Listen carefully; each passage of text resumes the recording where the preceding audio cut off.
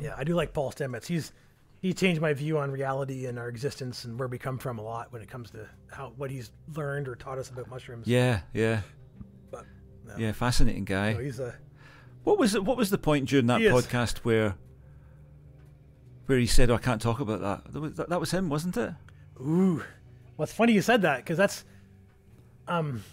this is gonna sound weird, but like that podcast made me gain a lot more respect for Alex Jones, which I already had a tremendous amount of respect for at the time. But with Paul Stamets, I think if you asked him about Alex Jones, like, what do you think about Alex Jones? He'd probably just dismiss him as a kook, like most people do. But then you have to explain to him, like, hey, Paul, you sound a lot like Alex Jones. A lot of your stories sound like Alex Jones stories, but you speak from what you know. And that's why, and because he knows a lot of things that we don't, or that is being hidden from us, he comes across like that, same as Alex Jones. So, so it made me realize that a lot of people, I think, they're living in their own bubble, and then they let other people form opinions for them, which is what happens a lot with guys like Paul Stamets or Jordan Peterson or Alex Jones. Most people's view on them are filtered through other people's views. But anyway, he was talking about, I think you're referencing, he was talking about the portobello mushroom and other cremini mushrooms and white mushrooms, the kind of mushrooms that, at least here in Canada, are the common ones you find at the grocery store. They're the affordable ones, the ones that most people eat. And he says, and Joe was saying, like,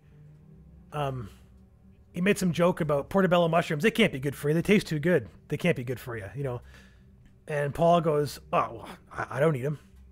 And Joe's like, what do you mean you don't eat them? He's like, well, I really can't tell you why, but I don't eat them. And Joe's like, what do you mean you can't tell me why? And he's just like, well, like, if I tell you why, then, the FDA and Big Mushroom will be after me and all this. Yeah, He's yeah. like, oh, I'll give you a fucking break. Right? But I think what he was trying to say, there is a toxin inside those mushrooms that does hurt us. But it doesn't hurt us. It's not a burden on the medical system. So it's, who knows, maybe it causes cancer. Maybe it causes early onset dementia. Maybe it hurts us in our retirement years, when we're expensive. Wow. Instead of being Wow. I don't know what it is, but then he made some comment about, like, they're okay to eat if you get them really hot. Like, if you get them really hot, they're okay to eat. But those mushrooms taste better undercooked. Like, you can, but I've learned, though, through mushroom cooking, if you introduce water to mushroom cooking and don't use oil, you can cook a mushroom for a very long time at a very high temperature without it degrading. Like, so you can essentially, you can boil a mushroom for hours and it'll still be a nice, like, hang on a sec. You're not, but Zappa let himself in here. He thinks he's locked in and can't get out. Now he's crying. Just give me 1 sec. For anyone listening, Zappa is the dog, not Frank Zappa.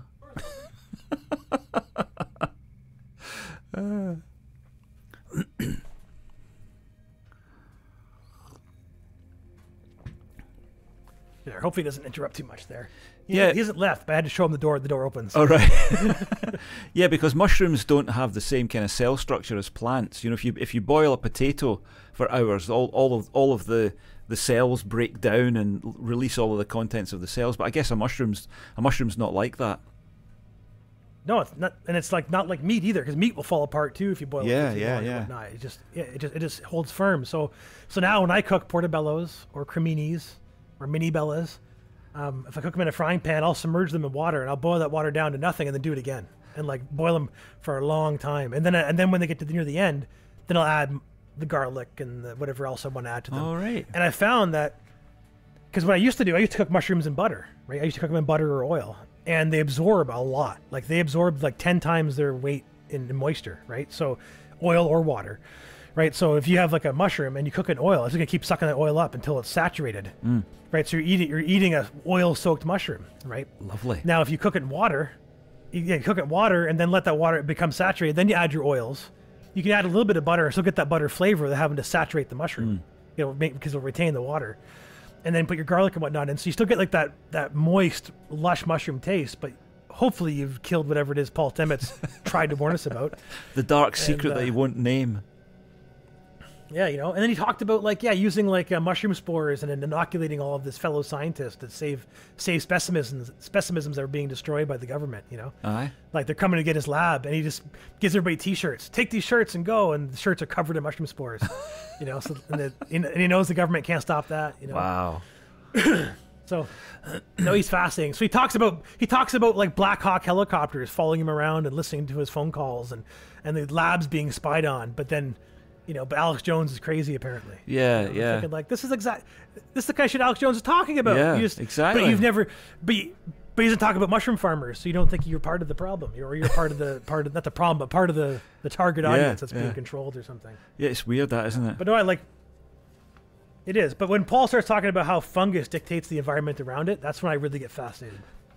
Like he talks about how like you'll find a forest and like they'll find like certain trees harbor certain fungus, right? Like I have an old pine tree in my front yard that has Amanita muscarias growing under it. Oh, lovely.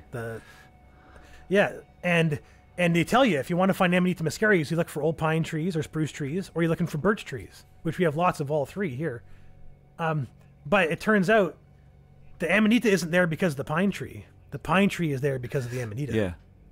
And that's the true magic behind the fungus, I think, that people don't realize, or they will eventually. Yeah. And so much so that, we're here because of those mushrooms too, not the other way around, Yeah. The mushrooms were And I just found the mushrooms were seeded here from space in order to make us what we are. Exactly, right? Or just a coincidence. They came here and we are because of that, whether it's a coincidence or it's intentional. And just outside, if I were to go outside where the ground is, where my studio leaks, there's a bunch of puffball mushrooms growing there right now. Big puffballs, All right. this big. Yeah. Have you ever eaten a puffball mushroom? I have not. No. Oh, that's a very delicious mushroom. I do. If you ever have a chance, do it. And like the way I like to do is I cook it like pork schnitzel. Like, are you a fan of pork schnitzel by chance? I know you're not a fan. I don't even know what that is. So schnitzel, it's a German thing. They take like a pork chop, a boneless pork chop, and they hammer it. They hammer on it with a tenderizer till it's very thin, right? And then you roll it in breadcrumbs and seasoning, and you fry it. So it's like a thin tenderized piece of pork covered in breadcrumbs and garlic and stuff and Parmesan. Sounds good. And you eat it like, yeah. And some guys will put like marinara sauce and mozzarella cheese on top of it, throw it on a Kaiser and have a sandwich. So I'll do that with the mushroom though. I'll just cut thin slices of the puffball mushroom and make it like a schnitzel, and it's amazing, and it's exponentially better for you, as far as we understand eating too much meat and whatnot. Yeah. That's obviously up for debate too, right? Like you cured diseases by not eating carbs, right? So yeah. It's who knows what the truth is, right? But anyway, all that stuff. I fucking love fungus in every form and function. I haven't grown any psilocybin mushrooms in a while, but I'm gonna have to do that sometime soon. And so I only have like a bag left. I have like an ounce left, so I gotta grow some more. I like to have at least a 5-pound bag laying around. Oh my god! In case the Beatles come back to town. Yeah, I haven't seen magic mushrooms. I haven't seen psilocybin mushrooms for. Oh, I found one last year. This time last year, I found one. I went on a hunt. Like growing outside? Yeah, I found one. I found it around an old stately home. There's an old stately home near us, and I'd heard that they were growing there, but the field where they used to grow has been planted with crops of some kind, so they don't grow there. So I was kind of wandering around, sort of disconsolately, and I went through this fence, and that is definitely there must be more. No, there was just the one. So that was that. That's cool though. Like I've never found a psilocybin mushroom in the wild, only the Amanita muscarias. Oh right. But they do grow in Canada, especially Nova Scotia. Nova Scotia's got, Newfoundland and Cape Breton are even better than mainland Nova Scotia. But yeah, we got psilocybin mushrooms all over the place out here. I just haven't found them yet. Yeah. But we got chonga on our property, or chaga mushrooms growing here. We got the puffballs on our property, and then Amanita so far. So far good stuff. So I'd love to find psilocybin here somewhere, or even create one, because apparently it's not too hard to create an outdoor psilocybin garden, and once you get it going, it never goes away. Yeah. Unless you intentionally destroy it. Yeah. Right. Well, there was places in the west that I used to know when I did the mushrooms. There was a park where they used to grow. There's a couple of parks actually where they used to grow in great quantities. But like I was explaining to you before, I think I probably picked some that weren't. They're very similar, but they weren't, and they probably damaged me. But yeah, they used to grow. I used to come back with bags of them, And at that time of year, still, my nephew is well into all these things, and he tells me that every year there's bags of mushrooms going around, over in Glasgow. So, but I don't know. I don't know if I would do mushrooms now. I don't know if I would dare to do it now. I might discover something I don't need to discover at this age. I hear you.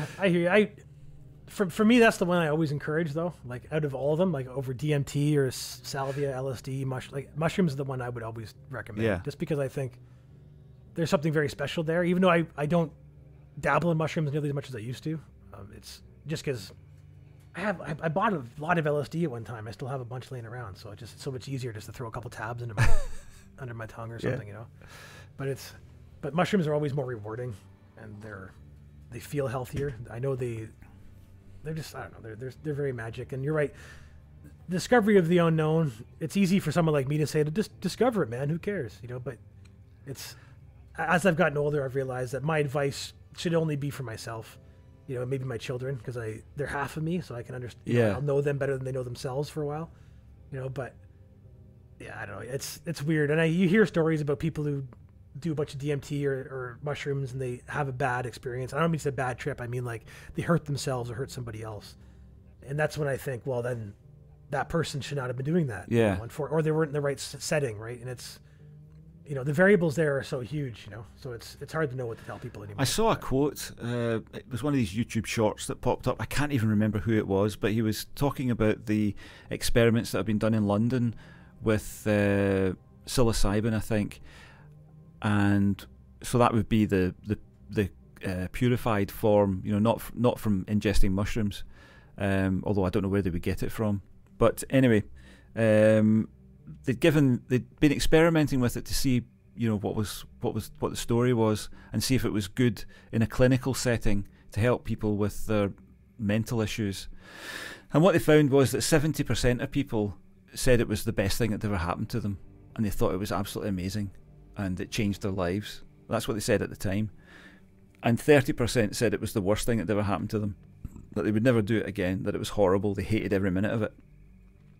And then they went back a year later, and they found that the 70% who said that they loved it and it changed their lives had continued to hold that opinion.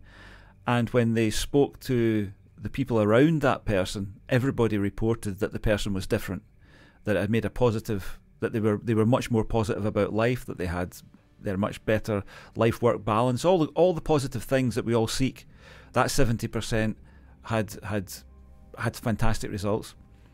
And the 30% who said it was the worst thing that had ever happened to them were not changed at all.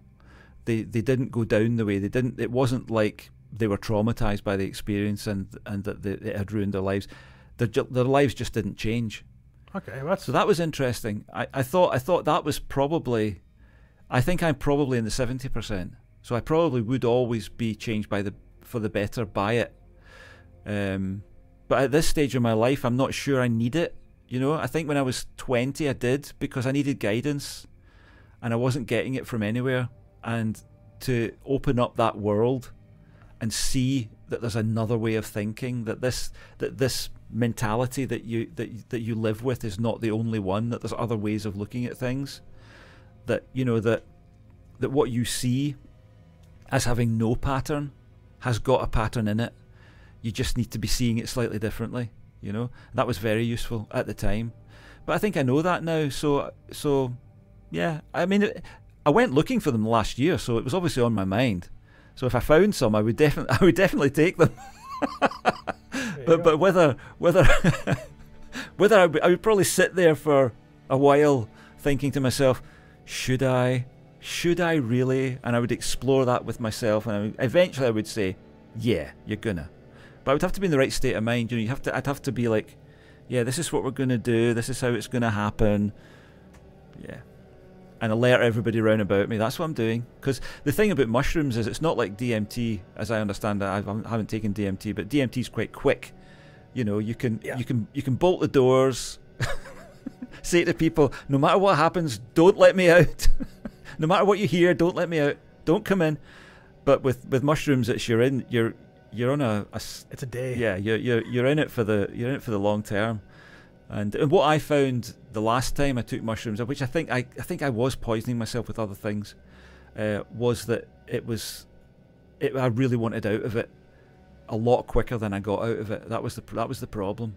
But I think it was the physical side of it. It wasn't the mental side of it. It was the physical. I felt really bad, and I wanted that to stop. And that just made all the psychedelic side of it just annoying, because I was feeling so awful. Yeah.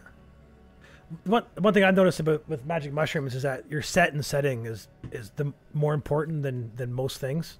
Like your intentions, I guess, or more so just like where you're going to be and who you're going to be hanging out with and your mindset and everything, right? So, because I know there's some people that if I eat mushrooms with them, it's a guaranteed bad time, and I got some friends that if I eat mushrooms with, it's almost a guaranteed good time, you know. And I mean it's more colorful than just good or bad, like because like for example, my buddy Drew, I love eating psychedelics with Drew. I almost so much more. I almost prefer eating psychedelics with Drew than by myself or with anybody else. Like it's like, and I bet he probably feels the same way. Have you know known Drew since you were kids, or when? Yeah, since like grade 1 or grade 2 or something like that. Yeah. What's grade 1? I don't know what that is.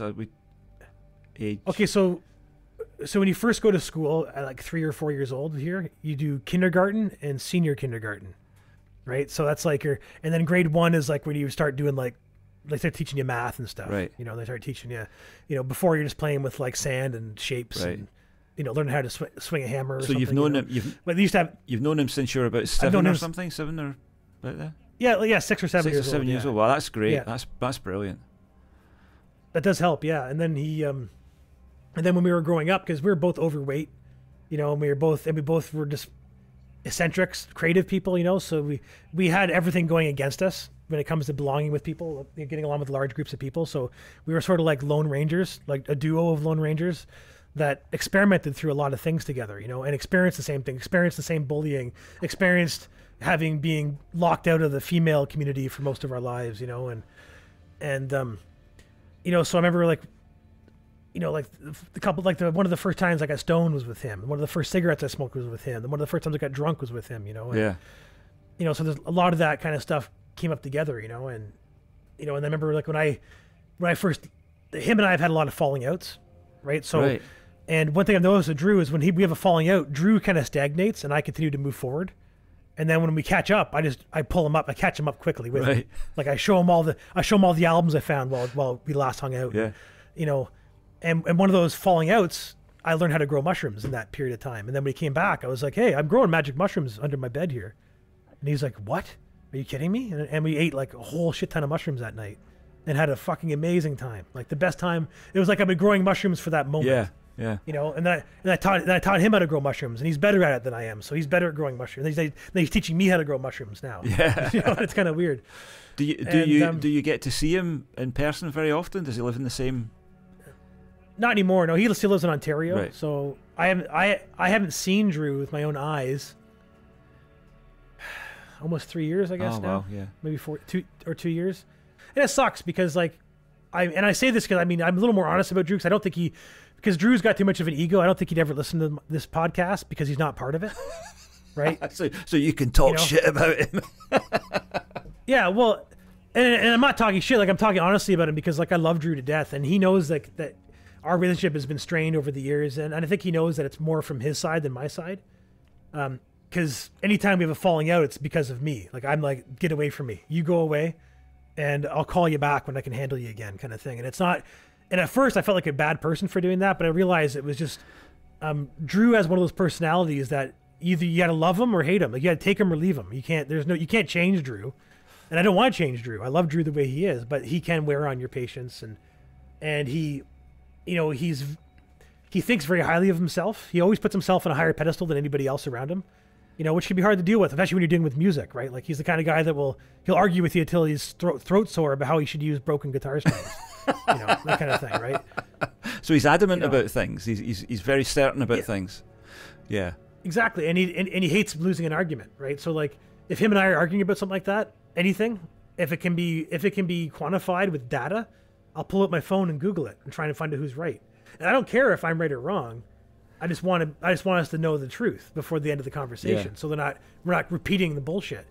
But Drew, because he considers he'd rather win an argument than be right. Yeah, I get it. Right. Yeah. So right. So like, which I mean, it has wonderful attributes if you're a lawyer or something, but he's not, and because of Drew's dissatisfaction with everybody around him, because he's smarter than most people around him, he's more talented than most people around him. which resulted in one of the biggest underachievers I've ever met, right? Which is tragic, right? Because he is, and the sad thing is he's also very self-aware. So he's completely aware of every shortcoming that comes with his procrastination and his lack of ability to move forward. Yet he still doesn't care enough to push past it. You know, like and he'll twist it around so much that it's like it's my fault for not utilizing his talent enough. Instead of, I get it. It's, you know, it's not. Yeah, I get it. It's not his fault. It's not his fault he didn't learn how to make songs. It's my fault for not taking all my knowledge to help him be a better musician or something. Yeah. You know, and so that's an indicator of a very, very close relationship, though. When there's expectations from one part of the relationship that the other one should be carrying some of the burden of that side, you know, like the burden should cross over kind of thing. That's almost like a marriage, isn't it? Or a brotherly relationship. That's what that's like. And that's exactly what it's like. We do fight like brothers and married couples. We've had the most asinine fights over the stupidest, stubborn things, right? You know, and it's all about, and we'll have fights that go back months over like a comment someone made or a detail that we've like both labored over, you know. And well, we should. He might listen to this one because we'll call this conversation. We'll call it Drew. Drew, please listen to this, and then he will listen to it if you tell him, because this bit of it's about him. So hello, Drew. Nice to meet you. If you're listening, there you go. Right. you sound like an interesting guy. Maybe I'll get to meet you one day. Well, yeah, I would love if you guys met. You know, and I think, you know, because Drew and I we had a pretty bad falling out last time, and it was a lot to do with his alcoholism. He's a heavy drinker, you know, and he's kind of a disappointment that way because I know Drew's capable of everything I'm able to do, and then some. Yeah, he doesn't. But I've accomplished much more than him with like less.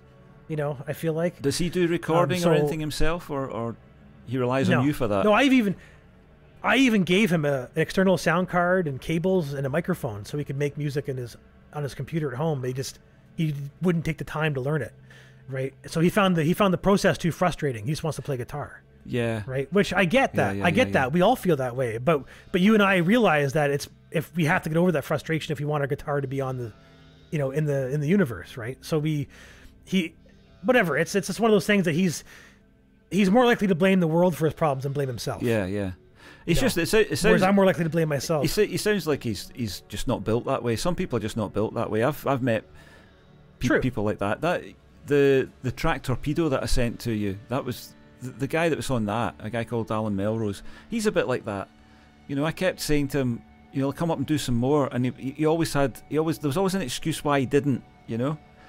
And then he was always wanting to get his recording thing set up, and I would give him lots of advice about how to do that and what equipment he should buy to do it, and there was always some technical difficulty for him not being able to make his own recordings, and he didn't want to come to me until he got that sorted out. So those 3 songs were the only songs we ever did, and by the time he came back and said, you know, I think he actually wanted to put a real drummer on, which I wasn't keen on at all for various practical reasons, but those are the only 3 things we ever did, because he was a bit like that. There was always some reason why he wasn't doing it. There was always other priorities. I think that's what happens with a lot of people. For you and I, this is our top priority. Our you know, aside from wives and children, which obviously we're obliged to put first. Second to those comes our art, whatever it is that we're doing, whether it be music or visuals or whatever we're doing. That's the priority. So whatever obstacles get in the way of that, that's our primary focus, is to overcome those obstacles. Whereas for other people, it's not like that for them. You know, Drew, it sounds as if you know, Drew would have been great in your band, sort of thing. That he would have been a stalwart in your band. He would have played whatever it is that he plays in your band, but you would have been the producer. And you know, he would have been there in the scene somewhere, but he would never have produced anything. Well, right. That's funny because he was in a band at one time, and that band Electric Mountain. He was one of the other guitar players in that band. And I feel like it's not Drew's fault Electric Mountain never went anywhere or didn't succeed or in any way or continue, but I do feel like Drew was more of a boat anchor than a rower on in that ship, you know, and not because And then, again, it goes back to his alcoholism, right? Because he would make these comments that were incredibly unaware.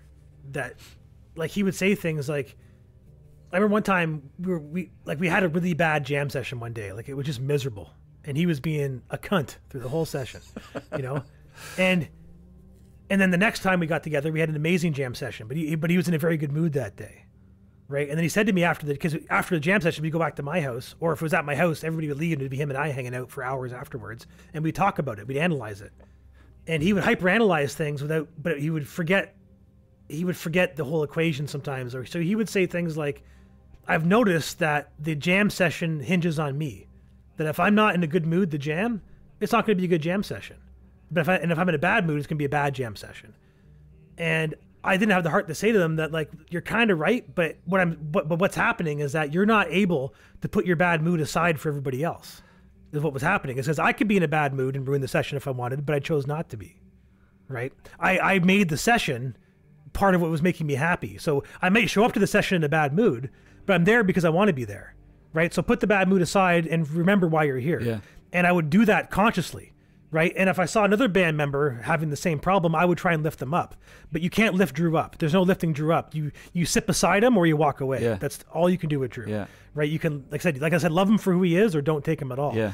And so, and I didn't have the heart to him. I didn't, because if I said to him, like, actually, no, I think it's because you're an asshole that you've forgotten to leave your shitty mood at the door is what ruined the jam session. Not that the session doesn't hinge on whether or not you're in a good mood or not. It just, yeah, your good mood is I mean, your bad mood is hard to deal with, kind of thing. So he's kind of right, but he's kind of wrong. I don't think he realized, like, I think he thought it was something mythical, like the band didn't exist without him, when in reality, the band didn't function when he was unfunctional, you know, and that was just one aspect of his personality, you know, but like I said, I do love him. And after, like, the last time him and I hung out was like a one time, like, hanging out for the first time in a couple of years. And that was after Sterling had passed away, right? And I was at home and I was just super miserable, and I wanted to see my friends. Like, my birthday was coming up, and I remember there's three guys: Drew, Adam, and Ryan. Adam's the guy going through the divorce. Ryan's a quiet guy I don't talk about too much because he's socially dysfunctioned. He's a wonderful guy and I love him to death, but he won't pick up the phone. He won't answer a phone call. He won't reply to emails. You know, he exists occasionally in your life when it suits his needs. Right. You know? Yeah. So the four of us together would have these amazing nights together, listening to albums, partying. Like, some of my favorite memories of my whole life are the four of us hanging out in my house or some other place. So I was feeling broken and I wanted this to happen. And at the time I was still talking to Adam a lot. So I said to Adam, for my birthday, I want to hang out with you, Drew, and Ryan, and I want us to get fucked up. I want to get fucked up and I want to listen to music. I want to jam. I want us to cry and yell at each other. I don't care what we do, but I want all you guys down at my house. At this point, I was living 2 hours away from Drew, a 2-hour drive from all three of them, actually, at this point. So they had to make a big undertaking to come see me, which I did appreciate. And we had a great night. And some of the old ugly shit came out, you know, like Adam has a problem with drugs, so he wants to get high all night. That's all he cares about, is getting fucked up all night. We all wanted to get high too, but once we eat the mushrooms, now we want to enjoy the journey. He eats the mushrooms and goes, okay, when are we going to do nitrous oxide? When are we going to do cocaine? When are we going to do the... It's just like, how about we just hang out for the rest of the night, you know? So I remember at one point, we were in my garage, smoking weed, and Ryan and Adam were downstairs doing drugs, listening to music in the house. And I could tell Drew was looking at me with these sad eyes. And him and I hadn't eaten mushrooms in 2 years. Like, we hadn't been eating mushrooms, right? Because our lives had taken some sad turns. And the pandemic had happened and all this stuff, right? So this was a year after lockdowns, like right. Probably within exactly a year after lockdowns had started. So the lockdowns are still happening, but anyway. So there was a lot of separation between us. And we were hanging out, and I was trying to get Drew to come back into the house so we could listen to some music, and he didn't want to budge. And he was looking at me with these sad eyes. And he looked sad and angry, like he was trying to say something to me, but he didn't have the courage to say it. And I knew he was angry at me for turning my back on him for a couple of years, you know. And he wanted me to know how upset he was or how hurt he was. Uh-huh. But at the same time, he didn't want to hurt me because he knows he can't blame me for anything, because I turned away as a survival mechanism. I wasn't trying to be an asshole. I had enough of them. I'd had too much of them, and too much of it, and too much at one time, you know. And I remember, so without even skipping a beat, I said, "Look, man, I know everything you're thinking, I know everything you're saying right now, and I want you to know that a day doesn't go by I don't think about you. I think about you every damn day, no matter how angry or hurt I've been, no matter how much I love you or whatever's going on in my life. I think about you every day, and you're my brother." I said, so I mean, like, always know that like you're always in my heart, you're always in my mind, whether we're at the other side of the world from each other or in the same room together, you know. And I could tell that meant a lot to him. And I started realizing some stuff too, that like, I don't know if, you know, am I like, I look at my parents. My parents have no friends. My dad's 5 years older than you. He has no friends. You know, I've told him that recently, and I've noticed he's made some conscious effort to try and talk to some friends again. Like, there's a friend about 2 hours from here that he went to the army with that he's been talking to. That, you know, because he was in Nova Scotia's too far from Ontario to keep the friendship going, but now they both live in Nova Scotia, so they've been seeing each other and doing things together and whatnot. But I see my dad's inability to hold friends close, or his inability to put up with their bullshit. I don't know what it is, but he'd rather be alone with a beer in his hand than be hanging out with his friends. You know, which is terribly depressing to me. I'm not much different. It's just not a beer for me. It's a bong, you know. And, you know, but so I don't know. It's hard to say. So it's like, I love Drew so deeply, and I know he feels the same way, and I know he's hurt. And when I decided to move to Nova Scotia, I tried to call him twice to tell him, but I just got his voicemail. I didn't even leave him a message. I just called, and when he found out I was moving, he sent me kind of a nasty message going, "What the fuck? You're moving to Nova Scotia? I haven't heard from you?" Yeah. And I'm like, "You did hear from me, but you couldn't be bothered to pick up the phone because you probably thought I was just calling to bitch about something or talk about a new record or something you didn't have the time for at that moment. But what I was calling to do is tell you I was leaving Ontario, and if you wanted to see me once or twice more before we leave, you better come see me." But he didn't answer the phone. And yes, I know I could have sent him a text message or an email, or I could have called somebody else and said, "Hey, tell Drew to call me." But part of me was like satisfied in leaving it that way. Yeah. You know, like almost like I knew I was hurting him a little bit to be like, "Fuck you, I'm out," and I didn't even say goodbye. Yeah. You know, but it wasn't like that. It was just, I don't know. There's just like this weird sadness there that I hope goes away eventually. But like, part of me wants Drew to come visit. Like, I'd love him to come here and spend a month here. But then at the same time, I'm afraid he won't leave. You know, because he's got a bad habit of overstaying his welcome. All right. Yeah, you should set a limit on that then. So you're only here for a couple of days, whatever it is. Have you seen that? Oh gosh, now I won't be able to remember the title. Oh, it's an Irish film. Something of Inisherin. Have you seen that film? It's got. Oh god, this is terrible. This is my terrible brain. But there's two friends. They've been friends forever. And one of them decides he doesn't want to be friends anymore, and he won't tell the other one why. There's just no reason why, and it sounds a bit like that. And it goes to dramatic extremes. You know, I'll try and remember that and send you a link to that, because that sounds a bit like that kind of. There's a kind of sort of mythicness to that kind of relationship where you love someone dearly and you value them highly, but at times you can't stand them. That goes back a long, long way with us, I think, because the things that you value are so precious that you're willing to put up with the nonsense, you know. And I think if you go back as far as you guys go back, that's why that is so profound probably for both of you, although we don't have Drew's input right now. But I had a similar friend, a guy that I love deeply, and we told one another we're best friends. We love one another deeply, and we agreed that we did, in that kind of sort of halting way that guys tell one another their real feelings, which we don't do very often. And yeah, we fell out in the end. But I hadn't known him since we were kids. I think if I'd known him the length of time that I know my other friend Michael, I would have got past what separated us. But we didn't have that history. We didn't have that bond. It had always been 50-50 with us. We'd always been at one another's throats 50% of the time.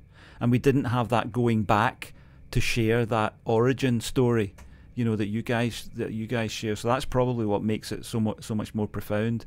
And I often think about that guy. His name's Dave. I often think about Dave, And on the few occasions when I pray, I do include him in that, because he was a good friend at the time.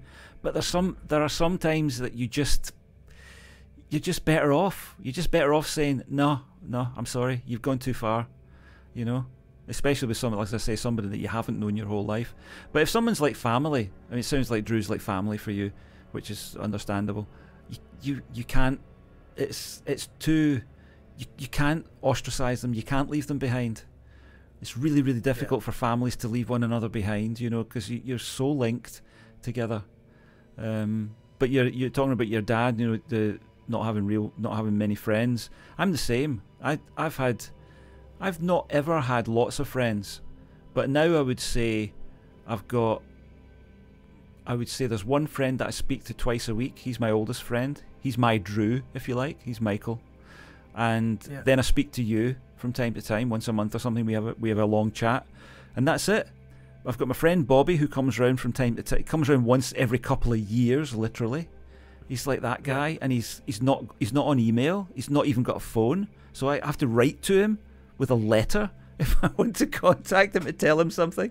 I thought he died during the pandemic. That was that bad. I had to write to him and say, "You still alive?" And he came round. That was last year. But yeah, it's very easy for a certain type of person, and it may be associated with creativity. I don't know. It's very easy for a certain type of person to lose the interest or will or ability to make friends, and to have friends in a kind of meaningful way, you know, where everybody's happy with what's going on. I used to have parties when I had a whole bunch of friends, and they would have friends that would come round, and we'd have like 20 people round here, you know, and it was my party. I was running it, you know. If we were going to watch a film, we ended up doing it democratically. We would vote on the films that we would watch. So we'd sit and watch a film, and then we'd get drunk and whatever, you know. But since I was talking to my wife yesterday about it, because as I say, it was our 40th wedding anniversary yesterday. So we were kind of going over these things, and I said, "You realise it's 20 years since we had a party, since we were at a party?" And she said, "Well, it's a lot longer than that." And I said, "No," I said, "I remember the last one. I remember the last one that we attended." So in the last 20 years, we've had, it's sort of, all our friends have slowly sort of drifted away to the point where there's only a couple left, you know. It's weird. Yeah. But I'm not unhappy about that, because I am kind of autistic in a way. I'm more happy with myself than almost anybody else. You know, you would be one exception, Michael would be another. There's something about my friend Michael. Every time we get together, even twice a week, sometimes he's in a funny mood, I'm in a funny mood, so sometimes the conversations don't go great. But there are times when it's fucking brilliant, you know. It's just you reconnect with that guy that you met when you were 12, you know, and it's like you're laughing and you're having a joke and all that kind of stuff, and that's really good. But I can't imagine making a new friend that would ever be that, you know, that I could be like that with, you know. I can't imagine that. You know, there's something that goes back and is just visceral, that's built into you. Well, that's that part there, you know, you're right. And the funny thing, I don't know what resulted in it too, is I've noticed that since I became an adult, I make good friends quickly. Like, I have a lot of good friends that, like, I mean, this feels gross saying, but I probably have 5 friends that would call me their best friend, but I might not call them my best friend. That's you good. Know? Which is weird. Like, I don't, but just because like when I take you under my wing, like when I meet you and I take you under my wing as a friend, because a lot of times my friendships are built that way. Like, they're not like we just meet each other on the street and we go like, hey, we should be friends. It's like one of the most recent people I would say who considered me the best friend, I met him by fixing appliances, and he was looking for a job, and I taught him how to fix appliances, you know. And you know, so we're the same age. Like, we're both born in 1984, but yet he was like years behind me in maturity and all sorts of different ways. So I was like a guru to him, like, because he was like, "How is your life so put together? And we're the same age." And I'm like, I don't know this, but I'll show you what I do, and if you like what I do, maybe that'll work for you too. And he was a recovering drug addict, right? Like, he used to be addicted to crack and methamphetamine and everything. Wow. And he went to school to learn appliance repair, And that's how I met him, because I was looking for a technician. So I hired him at his school, right? So his wife had put him back in school and whatnot. And if it wasn't for his wife, he'd probably be homeless, like one of those kind of guys. But so I met him as he was like a new version of himself, kind of like he dumped all of his old friends, his old lifestyle, and he was looking for a new life. And his new job was working for me, right? So, and being an appliance technician is a very stressful job, because you're dealing with people in their kitchens, and you're dealing with all sorts of psychological issues that are out of your control. Yeah. So there's all these hidden aspects. Like fixing appliances is the easy part of being an appliance technician. Yes. All the other shit makes it hard. Yeah. So he was watching me navigate this and watching me diffuse these nasty situations all day long, and just letting the shit roll off my back like Teflon. And we'd leave service calls. He'd be in tears, going like, "How did you do that?" And I'd be like, "I don't know. You learn how to do it. It's all about me avoiding confrontation. I don't want you to yell at me, so I'm going to do what it takes to avoid that. That's all it's about. Everything I'm doing is a counteraction to what we were trying to avoid." And so he would be like, "Well, can I come hang out at your house after work tonight?" And I'd be like, "Yeah, whatever." I was single. I'm like, "Yeah, cool, whatever." And we'd go back to my house, and he'd be like, "So what do you normally do right now?" I'm like, "Right now I'd smoke some weed, and then I put on a record." And he'd be like, "Really? What are we going to listen to?" And I said, "Well, remember we went to the record store a couple days ago? We bought all those records, because for lunch break, we don't go for lunch. We go to the record store. Right, yeah. And we peruse records, right? So that's how every lunch break would be him and I flipping through milk crates, right? And he had a different taste of music than I did, right? So it was very enlightening to him. So I remember the first record we listened to together was Chunga's Revenge by Frank Zappa, right? Which I was very familiar with that record. I had it on CD, but I bought the record a couple days before, so we listened to a vinyl, an old used copy. And that Transylvanian Boogie, whatever that first song is, that gets me every time, like instantly. That's what one of my favorite. Yeah. Right, so we put that on, and we just smoked dope, and I just put my legs back, closed my eyes, and just sat there for 20 minutes, didn't say a word. And I think he was looking around the room going like, "This is it? We're not gonna talk? We're just gonna smoke dope and listen to Frank Zappa? Cool, I guess." And he really enjoyed it, I think, and then he'd say so I remember one time he was like, "Hey, what are you doing on Saturday night? Can we hang out Saturday night?" I said, "You know what? My buddy Drew's coming over. We're eating mushrooms, and we're going to listen to some jazz music." And he was like, "Oh, I don't do drugs." And I was like, "Well, then don't come over then. It's up to you. But if you're going to come over, you got to eat mushrooms. You can't sit on the couch, watch us do mushrooms and just sit there. If you want to participate, you participate, or don't come over. Yeah. Or we'll hang out next Saturday, and we won't get high if you want. But this Saturday, that's the plan." So he came over and ate mushrooms with us. And he sat in the corner of the room, he looked all tense, in a ball, and just sat there staring at us most of the night, listening to the music, And every once in a while he'd say something, but he kept very quiet.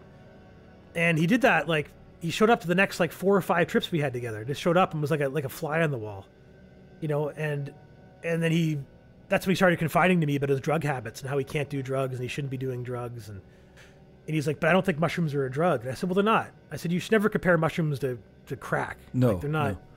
No, it's like trying to compare fucking coffee to fucking milk. They're not the same thing. They might go well together, but they're not the same thing. And so I helped him sort of form this I helped part of his new life, his rebirth into this new consciousness. And so obviously he holds me up in a very high esteem, so much so it makes me uncomfortable sometimes, because he talks about to him, it's if Chris can't do it, it can't be done. If anybody can do it, Chris can do it, and it's a weird feeling, and he's an awkward guy, and he can be hard to hang out with, and he makes bizarre comments and it can be very awkward, and he knows that, but the fact that I don't shun him for those reasons, I think makes him love me even more, because one of the last times we hung out, we had a bit of a blow up because we got kind of high, and I accused him of becoming a drug addict and stuff. And we're in my basement doing drugs. I'm like, "You're doing too many drugs. You're out of control," And I'm like, and then I realized, am I talking to myself or am I talking to him? I don't even know anymore, But and I made him very uncomfortable, and I could tell, but he didn't leave. He didn't if someone did that to me, I would have gotten left. No matter how high I was, I would have called the cab and went home. Fuck this guy. But he hung out for the rest of the night, and I remember apologizing to him later on. And his response was to me, he goes, "Dude, I don't care." He said, "I'm just glad you still talk to me." And I was like, "What?" I'm like, "I just put you through I put you through a terrible night. The shit I just did to you would be enough for me to turn away from me and never talk to me again. And you say to me, you're just glad I still talk to you." And it made me realize how valuable I was in his eyes, and that was, but it feels weird because I don't see him in the same way he sees me, but that's natural in any relationship, right? But still, it was just, so I'm able to cultivate these relationships that are better than I deserve sometimes, but, and I hear about it because he fixes appliances still, right? So I talk to guys in Ontario sometimes, and I'll be doing a training session, and I'll bring up a different brand, and someone will be like, "Hey, do you know Matt Cram?" I'm like, "Yeah, I do know Matt Cram." Like, "Yeah, good, because he was talking about you, and he was teaching us how to install his fridge. And he started talking about how you taught him everything he knows, and he started crying talking about you." I'm like, so I got my buddy Matt. He's in a room full of grown men crying because he gets emotionally overwhelmed talking about how much of an impact that had in his life. Oh, and that means so much to me. That's brilliant. Yeah, I mean that's the kind of thing that people who have near-death experiences talk about. That they're shown how they've made a difference to people. And as part of their life review, that always seems to happen in these sort of events. You're showing some of the bad stuff as well. How when you were cruel to someone, how bad it made them feel. But you're also showing how a good word here or there can make such a difference, So I think that's right. I had a friend like that as well. His name was Kenny, and he latched on to me at work.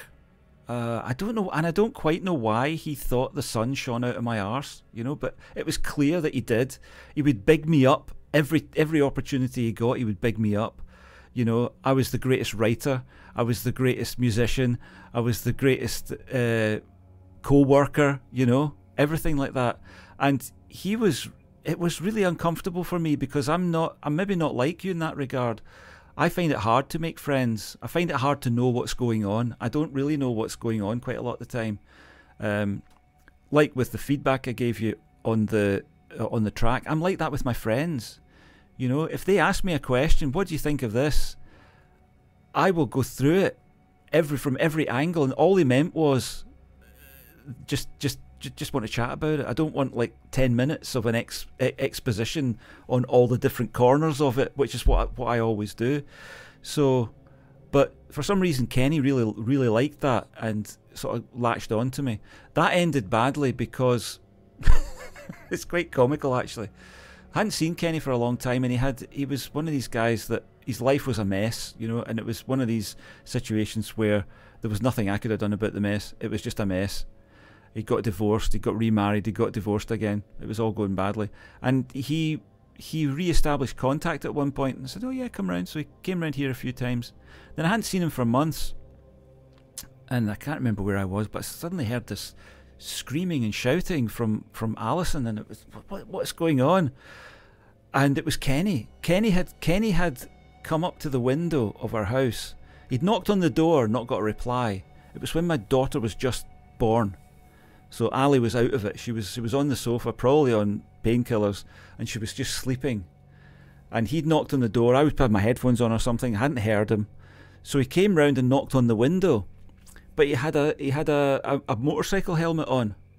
So Ali woke up to this stranger in a motorcycle helmet thumping on the window, and she's got a baby next to her, and she completely freaked, She completely freaked out. And I came down and came outside. By that time Kenny had his helmet off and he was white, and he said, "Oh, I didn't mean to." I said, "It's not a good time, Kenny," because he just arrived and didn't phone me or anything, just sort of arrived. And he said, "Oh, I think I better go." I said, "Yeah, I think you better had." And he left, and that was the last we ever saw of Kenny. But it was it was a weird one. It was a weird sort of situation, I don't like. It's fine if somebody is equally creative and sort of exploratory as I am, and we agree that we're both pretty wonderful. That's great, that's fine. But when somebody clearly isn't and looks up to you like a little puppy, I don't know what to do with that. I don't know what to do with that at all. I don't know. It's hard. I don't know what the trust is. I don't know why you would trust me to tell you the right thing. And he was quite a close companion at one time when we were trying to get a games company going, and we were a board games company, and he came with me to meetings and things like that, and helped with prototyping, and he was really a good chum at one point. And then his life turned to shit, and he couldn't do that anymore, and that whole thing sort of turned to shit as well. But yeah, he was a good chum at one point. But that stuff, I guess, I just don't know what to do. So I never reached out to him. I never sort of said, "Oh, you come round again," because I knew that Ali was just not. She didn't want to ever see that guy again. So it was that kind of situation. That's too bad too. But yeah, I know that's like, and I do feel it. It's a hard one to accept. And there's been times where I've looked very distastefully at it, but I don't know, for some reason with Matt, I was able to get past a certain degree of it. I don't know what it was. And I still, I talk to Matt infrequently here and there. I'm going to be back in Ontario for a week at Christmas time, so I'm hoping to see him. I'm planning on seeing him. I haven't told him yet, but yeah, but I'm planning on either getting him to come out to where we are, or me going to see him, because we're going to be. The place we'll be staying is half an hour from his house, so there's no reason for me to go see him, or vice versa. But yeah, I hope I do. But yeah, it's a tough one, and it feels bad because I feel guilty because I feel like I'm a bad friend because I don't have it in me to reciprocate the same way, right? Because I don't feel that way about him the way he feels about me. But I do think of him as a great friend, and he also taught me a lot about what a good friend should be able to do too. Because I have a lot of good friends I put up with who aren't good friends. I appreciate them, but they're not good friends, right? Like they take advantage of you. Yeah. And because I'm used to being taken advantage of, because that's how I made friends originally. Is I was able to bring more to the table, right? Like the same way Ozzy got into Black Sabbath. It wasn't because he could sing. It's because he had a van and speakers, right? That was the only reason he joined Black Sabbath, right? So, it's probably the same reason why when I was in my first band, I was the only guy with a car, right? Like every gig hinged on my ability to get the band to the gig. Was that why I was in the band? I really don't know. I don't know. Yeah. So what Matt taught me that sometimes good friends, like you shouldn't ever feel taken advantage of. And Matt never, ever, ever once took advantage of me. Never once. Right? Like if we were to do a spreadsheet budget of who spent more money in our relationship, it's either right down the middle or more towards Matt. Like Matt spent more money, which is the only friend I could say that about. Yeah. But that was nice to know, because like if me and Matt were going to a concert, it wasn't like, am I getting screwed on a ticket this time, or gas money, or parking? Never. I never got screwed at anything. Yeah.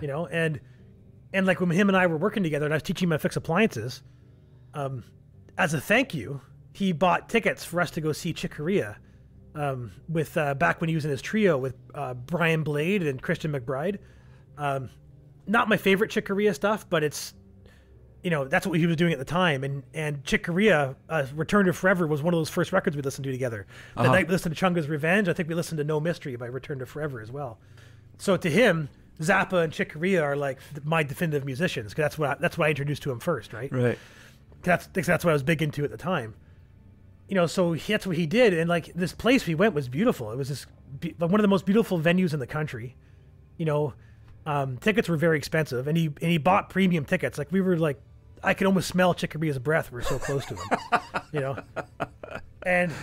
And I mean, and that's the only time I saw Chick Corea. Chick Corea is dead now, so I mean, he gave me an opportunity that never would have happened without him. Yeah. And we had a great time. Like we were tripping on mushrooms at this concert, and because I didn't buy the tickets, I had no idea what we were getting into. But we showed up. It was a black tie event basically, and he was wearing like a tank top and Bermuda shorts, and I was wearing, I think I might have had pants on, but I wasn't, like other than that I wasn't dressed appropriately, and we were like, we had pupils like dinner plates, and we're giggling as we walked up, like as we're walking in line, we're giggling, and the lady stopped us taking the ticket. She goes, "I'm sorry guys, this is the Chick Corea concert." Like they thought we were at the wrong venue. And I'm like, yeah, I know. That's what we're here for. Brian Blade, Christian McBride. Yeah, we're good. And she saw where our seats were too. She just rolled her eyes going, oh my fucking God. Like, who let these guys, I heard these guys married. Who let them leave the house looking like this, And we had a great time. Like it was absolutely mind blowing, and it was a great night, so, and we've had great times. We've gone to some wonderful concerts together too. Like I dragged him down to the US one time to see the Flaming Lips and Les Claypool. All right. And he had a panic attack at the border, and it was just kind of funny. I felt bad for him because he almost got arrested at the border because he had a panic attack, and he thought, and the dangers that he was seeing weren't real, but he was making his own dangers by having to freak out, because oh, no, because apparently he had in his head, I guess, that they were going to know he was high at the border, and they were going to keep him. They would never let him go back to Canada again. He thought he was going to end up living in, and he's one of those guys that like, he's like one of those liberals, but without thinking about it, right? So, so Donald Trump was president. So that's back when Donald Trump was still president, right? So he had this vision that he's going to end up in some Trump jail, being raped by Trump supporters the rest of his life or something, you know? And it was just like this irrational thought, completely irrational thought. Yeah, Trump does have that effect on people, doesn't he? Yeah, the old Trump derangement syndrome. Yes. Yeah, I think so. I definitely think so. There seems to be some of the stuff that people said to me about Trump was like, what planet are you on? You're not seeing the same guy I am. It was bizarre. No, well, it's so funny. I'm still hearing comments about Russia and Israel going like, imagine how big of the war would be right now if Trump was in power. I'm going, there wouldn't be a war. There wouldn't be a That's war, the point. exactly. Yeah, yeah, I know. God.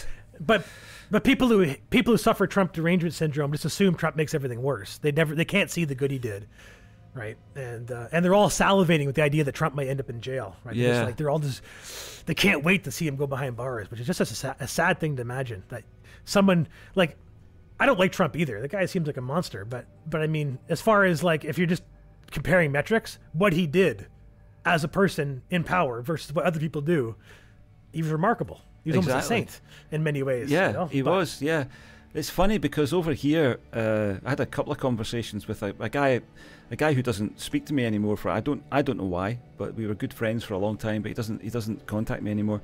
And I think we fell out over Trump because one of the last conversations we had was about Trump, and I said, "You don't really think that he was peed on by Russian prostitutes, do you?" And he said, "Well, why not?" And I said, for so many reasons. First of all, he's a germaphobe. He will barely shake hands. Second of all, he was never in a hotel in Russia where he could have been peed on by prostitutes. And the guy who's telling that story is a known liar who's got a history of making stuff up in his past. You know, but it was more comforting to this guy to believe that because Trump was a Republican, which means extreme right-winger as far as most lefties in the UK are concerned, he just couldn't be doing any good, and he believed all of the nonsense. And at the same time as all that was happening, or just before that was happening, Jeremy Corbyn over here, who is a lefty, was being crucified by the right-wing press over here, and terrible accusations being made about him, none of which were true. And I said to him, but you don't believe all these things about Corbyn, because he's on your political spectrum. He's on the same side as you. So why do you believe all the stuff about Trump that's all lies? It's just convenient for you to, you see. And that's when if we're talking about friendship, that's what I do. I don't let you away with it. I don't just sit there and go. I go full blown. Yeah. You know, and a lot of people can't stand that. I think that's why I don't have any friends. You know. But I can't not do it. I can't sit there and go, okay, right, and not say it. I just have to say it. And if you don't like it, well, that's my loss, I suppose. Well, I was in that same boat for a long time. I had to dial it back to avoid that too. I stopped bringing up 9/11 in every conversation with people. Yeah, you said that before. You've clearly got a better grasp on relationships than I have. I don't get the impression that you're anywhere near the kind of autism kind of thing that I am. That was a late discovery for me, and it was like, oh fuck, that's why all of the things that had happened to me in life made sense, you know. A lot of the positive things as well, but it was like it came as a kind of bolt out the blue. It was like, really, God, maybe that is why that happens. I something opened my eyes a little bit to something the other day too. It's not a new idea, but it was a refresher of an idea. There's this young black girl on YouTube I watch sometimes. Her name's like Emanella Enakanuba or something like that. She used to think she used to be like a subsidiary of the Daily Wire, like under Ben Shapiro somewhere, but now she's independent. Which is funny. You mentioned Ben Shapiro earlier. I'm surprised. I'm not surprised, but I'm shocked by how much I've gone from liking Ben Shapiro to disliking him so quickly with the way he talks now about Israel and everything. Yeah. But I don't want to get too far into that. It sucks because there's a lot about Ben Shapiro I don't like, but I also think he's very wholesome and I think he's well-intentioned, right? Yeah. So that's why I'm able to kind of like agree to disagree with him on a regular basis. Mm-hmm. But this girl here, she has the same kind of thing. She's like a young black girl that was left, like hard left, and then she became conservative in college or something or university. and she's kind of poking fun and trying to poke holes in things. And she's talking a lot the last few days about how we've become obsessed as a culture or as a society with wanting to know what everybody thinks about certain things without caring about what they actually think about certain things. We just want to know so we can argue with them and judge them and put them down. Right? Because like right now it's become a thing that like if you're a celebrity and you haven't spoken up about who you agree with, whether you're a Palestine supporter or an Israel supporter, you're an asshole for not even talking about it now. It's like how can you have a voice now for, it's been going on for a month. You haven't said one thing about it. And it's like, okay, well, I think this. How can you think that? It's like, well, that's like, well, that's why I don't want to talk about how I think, because I'm not looking to have, like, and the sad thing here is like, I want to say that through my whole life, and I'm still this way, that if I'm willing to have a conversation about something like about Trump or about Israel or about Russia or a hot button topic that typically has two sides to the whole equation, if I'm going to talk to you about it, I'm willing to have my mind changed. Right? Yeah. Like and that's gone. That is such a old thing nowadays that once it seems to be like once they leave a certain age, whether it's like 18 years old or 25 years old, it's a different time for everybody. But once they solidify on something, they spend the rest of their lives digging in deeper and deeper into that trench, regardless of how it affects them. Do you think so? Do you think we've had enough times gone past to make that the case? Because I think all of that visibility of that thing you're talking about is because of the internet. It's because totally. we are jammed up against one another, and there's no room to. It's like the pressure that brings makes these opinions or these crystallizations of thought kind of pop out of you, and then, as you say, you're stuck with them. But you think enough time's gone past that we've seen. I'm trying to think of this as I'm phrasing the question, what I think about it. There's a generation that has been brought up with the internet there. My daughter's one of them. She's 20 years old. So she was born 2003, just as the internet was taking off, and she's always lived with it. And she seems to have a more mature relationship with the internet than many of the people I saw before her who were older, who discovered it when they were already formed, if you know what I mean. Yeah, well, yeah, I honestly don't know. I'm talking about like the state of how I see it right now, right? So this might change. It could be an ebb and flow, but I feel like right now we're at an extreme example of information is available everywhere, but no one's willing to absorb it for what it is. It's like a constant, like it feels like we're still fighting like trench warfare, but instead of being over ideals and land, it's over ideas and what websites we visit. I don't know if it's a permanent thing or it's a moment in time thing. I'm just saying like right now, and this is something that I didn't really think about till she brought it up. It just seems to be that's a big hot button topic right now, is force people to give their opinion, regardless if they're even qualified to have the opinions they have, and then rake them over the coals because they don't agree with you. Rather than say, oh, well, they don't agree with me. Well, what is it about what you think and what you know that makes you disagree with me? Because I have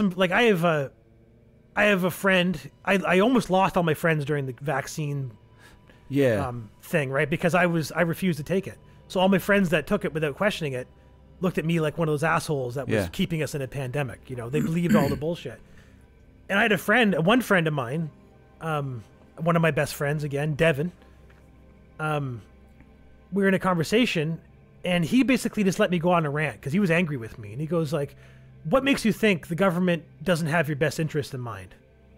And I said, oh, well, that's a good question. That maybe you'll understand me better here. I said, well, think about this. I said, they know for a fact vitamin D is the biggest fucking factor between putting you in a hospital or not. Right? 99% of people in the hospital with COVID are vitamin D deficient. 99%. So why isn't there a bottle of vitamin D in every mailbox in this country? The government should be mailing them to you. No questions asked. Eat this shit like before you leave the house every day, right? The reason there isn't because vitamin D doesn't make the pharmacy or the pharmaceutical companies billions of dollars. Vaccines do. And I said another example. I said food prices are rising like crazy right now. You go to the grocery store, an apple costs 3 times what it cost a year ago, but yet a bag of Doritos hasn't gone up by a fucking penny. The reason that is because corn industry is being subsidized by the government. corn syrup and corn byproducts is being subsidized by your government. You and I both know that corn is not what you should be eating. But yet, that's the only thing that you can afford to eat right now because you can't afford to buy vegetables and fruit, right? And he's just like, well, I don't know why they do that. I said, maybe because they don't give a shit about your health, man. Like the same people that are making you eat fucking corn syrup are the ones trying to put the vaccine in your arm. And he's like, well, I never thought of it that way. And I'm like, well, I do think of it that way. Yeah. That's exactly how I think about it. The same guys that pushed red path sugar down our throat and told us that fat was worse to us than sugar was, are the same guys trying to tell you to take a vaccine, don't take vitamins. The same guys telling you don't go for a jog, take a vaccine. You know, don't explore the options of ivermectin and all the other shit that's working for all these celebrities. Wait for the vaccine. Yeah. Stay at home, wait for the vaccine. You know, and then I said, and then what about all these other documents that the government isn't raising alarms about? The stuff the news isn't talking about. All these independent health surveys that are showing us that these vaccines aren't as good as they should be. Like, what's wrong with this data? Why can't I take that data as seriously as the data that's on CNN? And he'd be like, well, I know about this data. Where do you get this data from? So I said, why don't you go read the Alex Jones website? Go to Infowars.com. And he's like, you again with the fucking Alex Jones. Always with the fucking Alex Jones. I said, just go fucking read it. I said, go pick one article. Go to his website, pick one article. And read it, and then go and follow the sites, like his quoted sources. Because he doesn't just make this shit up. Like, he always has quoted sources in his articles. So go to the sources, see where they come from. And he picked an article about vaccine data. He read it, and he said, this is terrifying. And then it had a link to some data from the UK Health Services, right? Or the NHS, whatever you guys call your National Health Service over there. So he reads this document published by the NHS that corroborates everything Alex Jones has been claiming. And my buddy Devin was like, he's like, so this document's real. This is from the UK government. They know this to be true. Why isn't this on the news? I said, because it doesn't follow the agenda. And he was like, what the fuck? Like, what am I supposed to do with this? And I said, I don't do whatever you want. But I suggest when your 5-year-old kid is eligible for a vaccine, don't give it to him. He's going to be fine without the fucking vaccine. We know that. Don't give him the vaccine. And he's like, but my kid wants it. He's excited for it. Like, he can't wait to get it. Yeah. And I'm like, well, that's your fault. That's not his fault. That's not his decision. That's your decision. You put that in his head. You think your kid wants a vaccine because it's the right thing to do. He's been told it's the right thing to do is why he wants it. If you read this document to your son and made him understand what it says in there, would he still want the vaccine? You know, I don't know.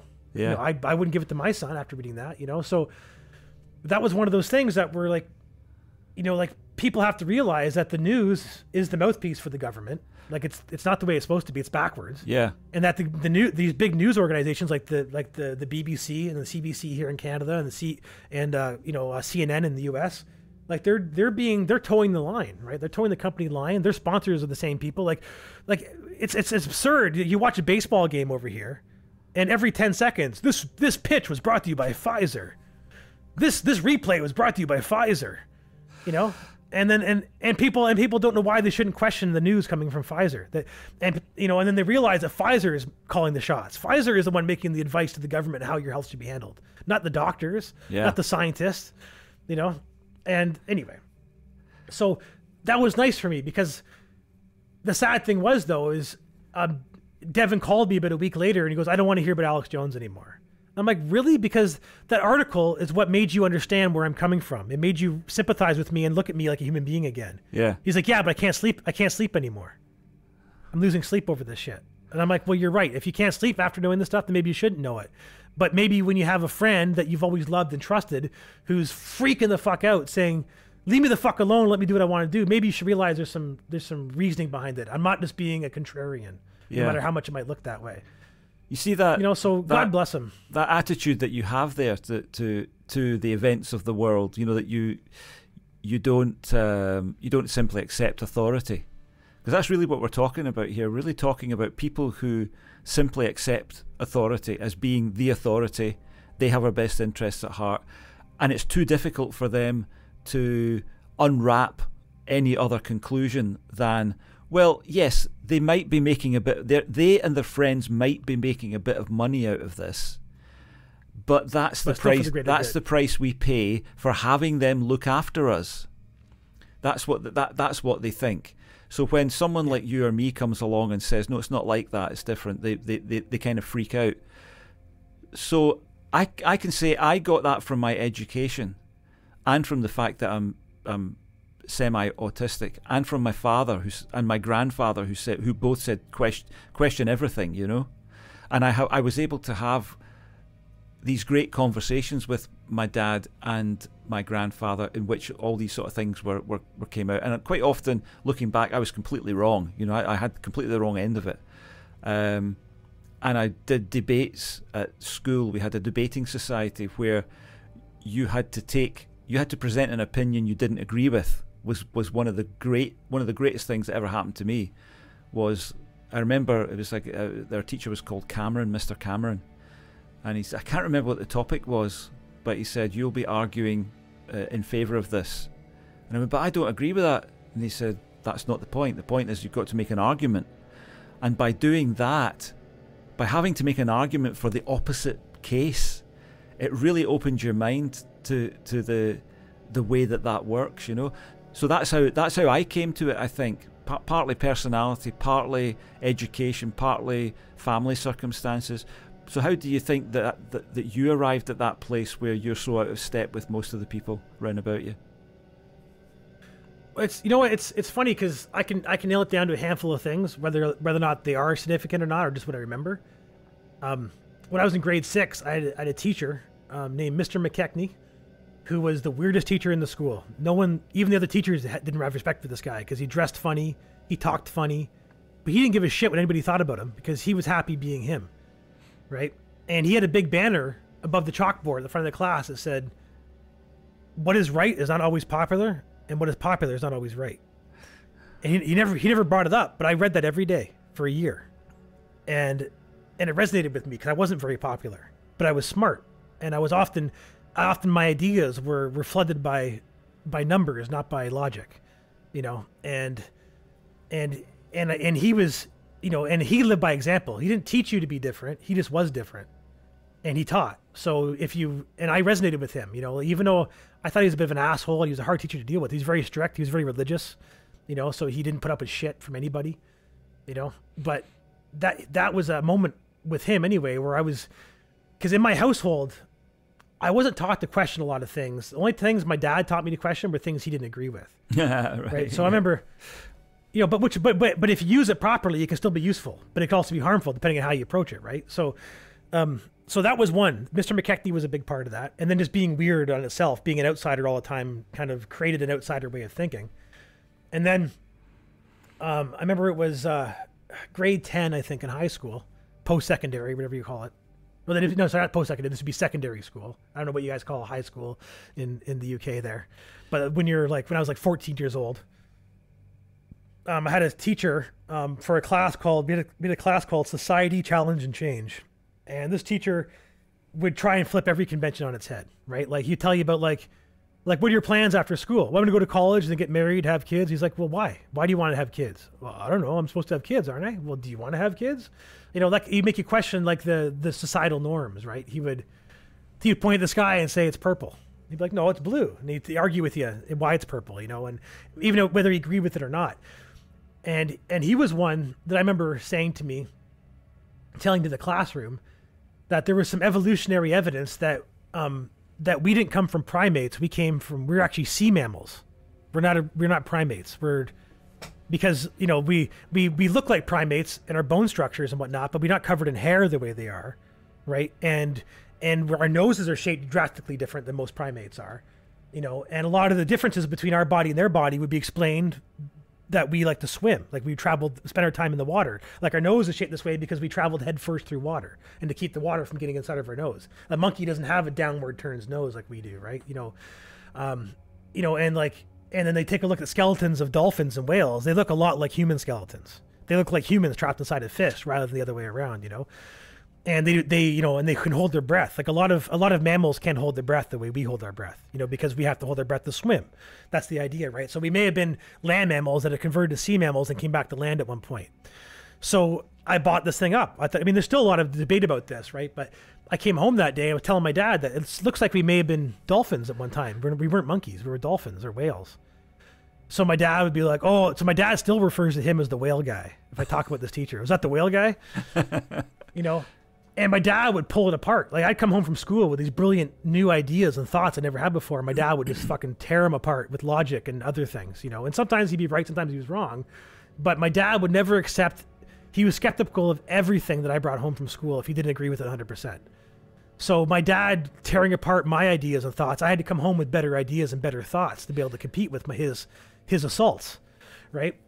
So he taught me, whether it was through him being an asshole, or him being belligerent, or him being a good father. I don't know what was the source of him being so dismissive, but it benefited me because it made me stronger in my arguments. So if I had a conviction, I had to be more convicted about it, you know. And so that was a factor. And then philosophy. When I started listening to Tool, Roger Waters started getting me thinking in a more philosophical way when I read his lyrics. But then I started listening to Tool. And Tool has a live album that's really hard to find. You can pirate it, but you won't be able to buy it anywhere. But I bought it when it came out because it was easy to find, like, for a week or two while it was still on the shelves, called Salival. And there's a live recording of their song, I think it's Third Eye. And normally in Third Eye, it's got Bill Hicks talking at the beginning about drugs doing good things. But on the live version, they don't have the Bill Hicks recording. They had Maynard talking about enlightenment. And he did this big long rant. Actually, it might not have been Maynard. I think it might have been Timothy Leary. It might have been a Timothy Leary recording. But Timothy Leary was giving his rant about how schools and religious institutions were here to control the way we think and how we behave more than they are to educate us and to enlighten us. And that the best thing you can do as an enlightened being is to think for yourself and question authority. And he repeats it. And then Tool repeats it over and over again throughout the song. Think for yourself, question authority. Think for yourself. So I'm 16 years old, stoned, hearing this, you know, in the back of a van somewhere going, think for yourself, question authority. And I was like, fuck yes. Yes, question authority. Absolutely. You know?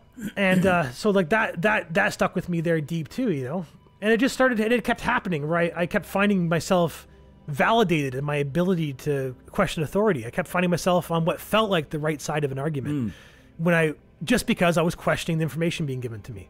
You know, and it didn't mean I disagree with the information. I was questioning it. I want more evidence. Tell me why you tell me this is a fact. Well, then give me the evidence that proves it's a fact, you know?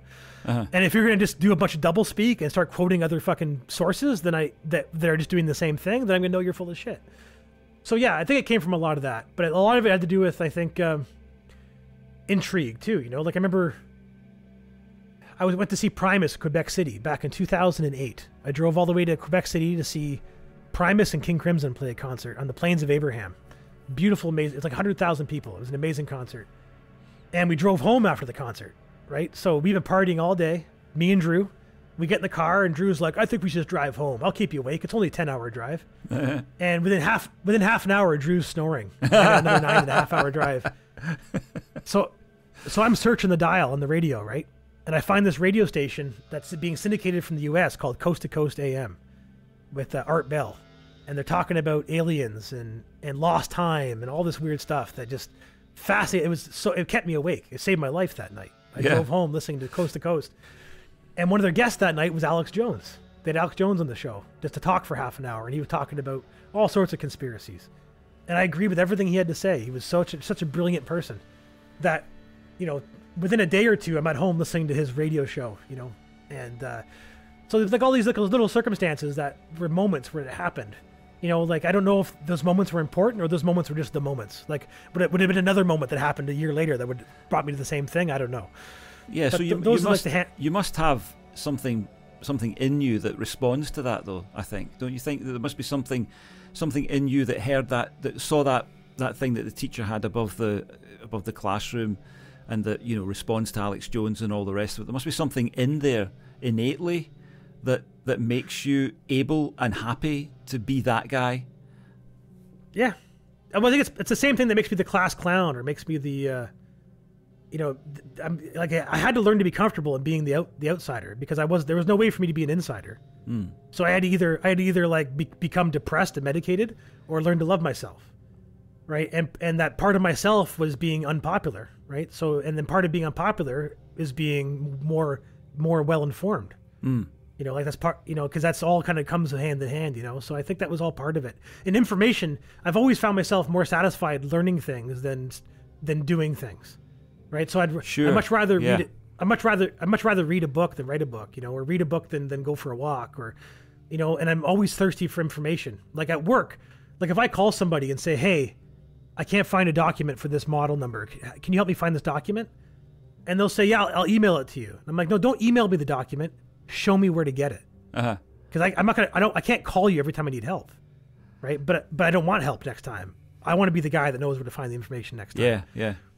And some people reluctantly they'll show me because they're like, why don't you just ask me? And I'm like, well, I realize that you're getting a bit of a buzz because someone who doesn't ask you for help is asking you for help, but I don't like asking for help. And and the help I'm asking you for is to teach me how to not ask for help next time.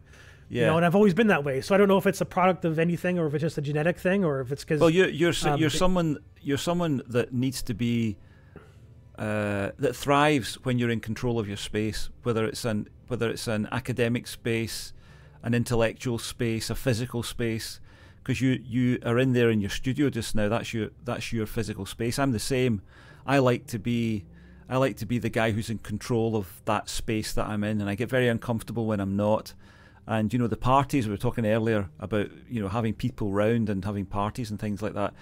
I was only ever comfortable with that when I was running it, when I knew what all the food was, when everybody that was coming, when they were all going to arrive, and I would be able to know the dynamics between all the people. But if you asked me to go into a situation where it was the same number of people but someone else was organising it, I wasn't able to do that very happily, and I always got really uncomfortable. So I wonder if it's something to do with that you're.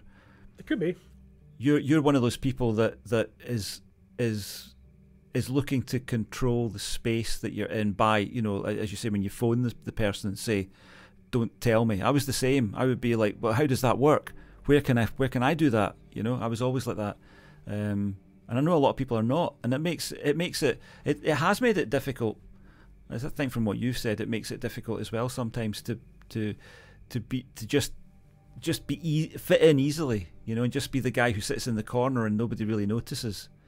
I think there's something to that. Yeah. It's funny too because there's been many times in my life I wished I could be that guy, the guy that didn't have to belong but didn't care about being unnoticed at the same time. Mm-hmm. But it's because most of the time, because attention seeking was something I've always done. I still do it. Like I think that's part of being a musician. It's attention seeking, right? And for me anyway, and most of the time I didn't like the attention I got. I almost always regretted any attention. This is low quality attention you're giving me. I demand better attention.